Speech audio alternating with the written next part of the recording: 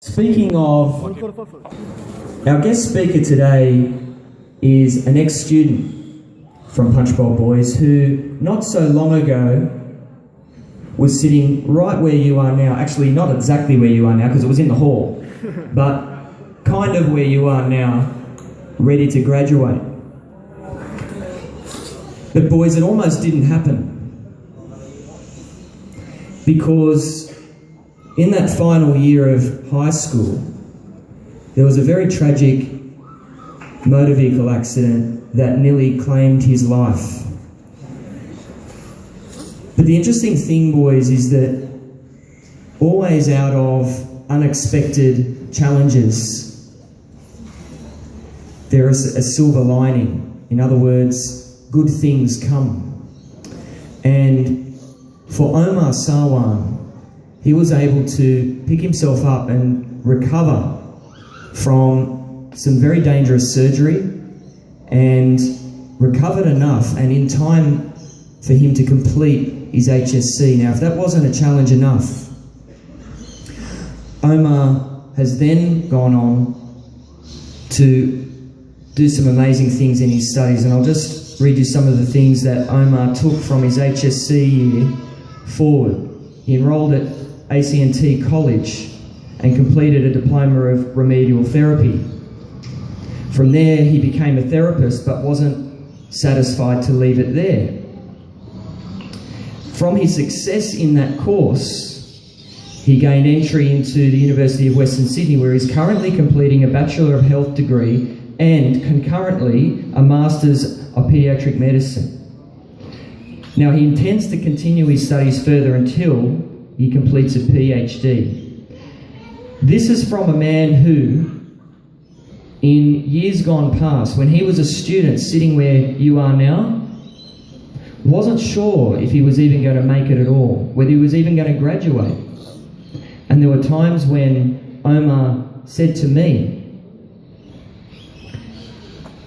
"I won't be here to graduate, sir, and nor will you. You won't even be here in 6 weeks."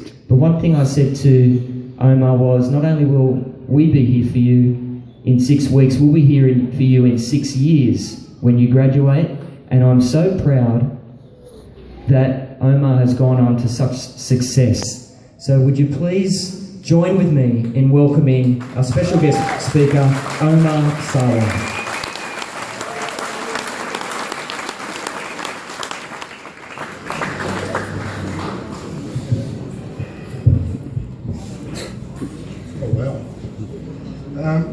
Thank you, Mr. Griffiths, for that introduction.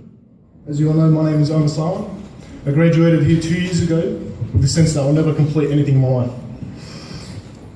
Throughout the years of high school, it was all trouble. From fights to flipping chairs to flipping tables to even flipping some people. Throughout high school, I suffered from anger issues.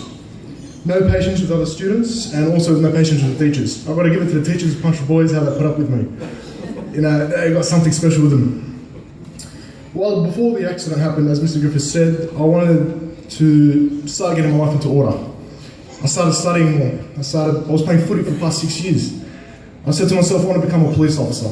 You know, I've got the body for it, I've got the speed, I've got the endurance, so why not? So on my track to becoming what I wanted to do, I had a hurdle. This accident almost claimed everything I ever had, including my life. But within the accident, I realised that it's not the troubles they have in life, but it's the journey that it takes you to. The day I was in the hospital for 10 days actually, the only thing I could think of was, what am I going to do now? What am I going to do now? Is this it? While I was in the hospital, I noticed the doctors, the surgeons, the nurses, all the specialists. And I said to myself, why can't I do that? Why can't I be where they are? Why can't I achieve the unachievable? Why can't I represent my high school, my family? And so the first thing I said to myself in the hospital was, I can either take two things from this. Either take it as a sign and drive slowly in life, or don't do anything, or use it and accomplish the unachievable and represent my school, hopefully in the coming future, as a doctor of pediatric medicine. While I came back to high school after 2 months of physiotherapy and chiropractic treatments, I decided to study a bit, just to finish off the HSC. I didn't get the marks I wanted, But, in life you don't get things the way you want. But I took into consideration to fail forward. No matter how hard you're trying things, if you fail, at least you tried. No one can judge effort. Nobody can judge how hard you work for something. So I continued from that. I applied for college. I got my diploma in remedial therapy. And from that I continued. I said, you know what, I've made it this far, let's keep going. So I applied to university. And the look on my mum's face was priceless. I told her I got into university. And so I continued from there, and I met a person who was as enthusiastic to consider becoming a doctor in the future. My best friend Hassan, right there. He was just like me. He came from a troubled past, and we were both looking for a good future. And so me and him together, we just started studying, putting in 40 to 50 hours a week of study. The decision to live my dream came as a shock to me, because I never seen myself becoming what I am today. But the thing is to always believe, the thing that we have as humans is imagination. And imagination allows you to see it before you are it. So what you need to do in order for you to achieve your dreams is just keep imagining. Wake up every morning and walk into your imagination. Walk in, not where you are right now, but where you'll be in the future. Use that to keep you motivated. Use that to keep you going. And for me, that's just all I think about. So when I wake up, I don't see myself as going to uni. I see myself as going to my clinic in the future. I see myself as wearing a suit every single day, not just on special occasions. And so that's what kept me going. Another story, what I say was, there's a lion and a gazelle in a jungle. When the lion is not chasing the gazelle, what's the gazelle doing? Nothing, he's eating grass, kicking back with the boys, whatever. Once the lion starts chasing the gazelle, what's the gazelle going to start doing? It's going to run for its life. In life, you have to find that lion, you have to find that motivation that moves you, that drives you. And for me, that was my mum. That was, for me, my mum, who she's done everything for me. And I only found it fair for myself to give back. She gave 9 months of her life to help to give birth to me.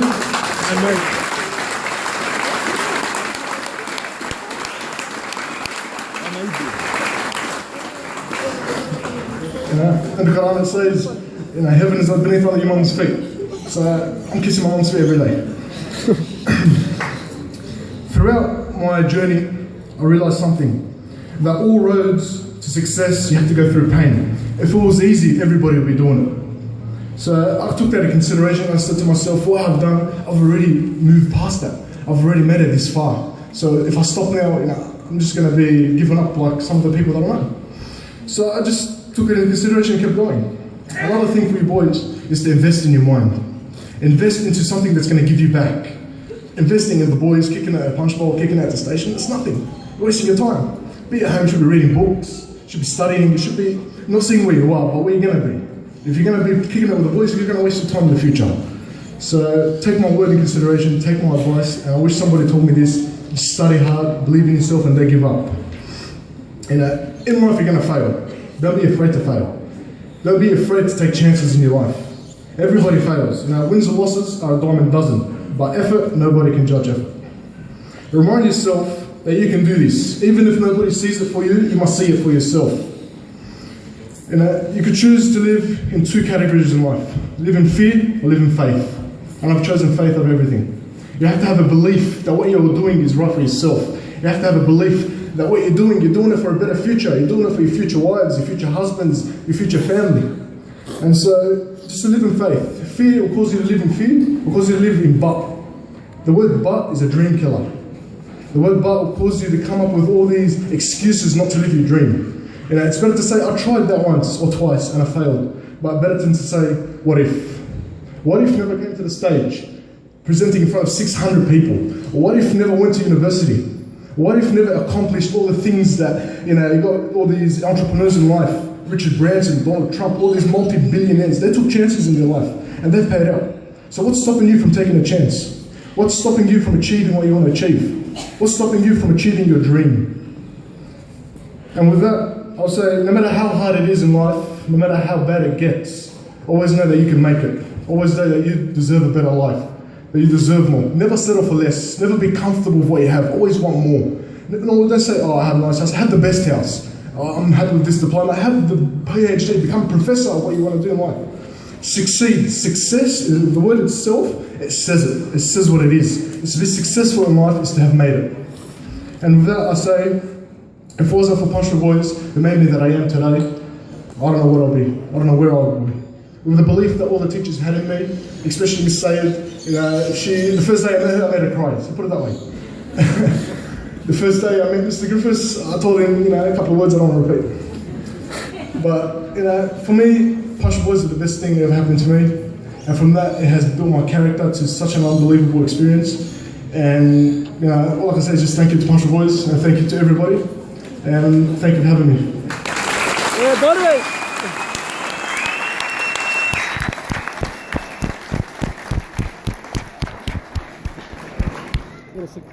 You stole most of the quotes of someone.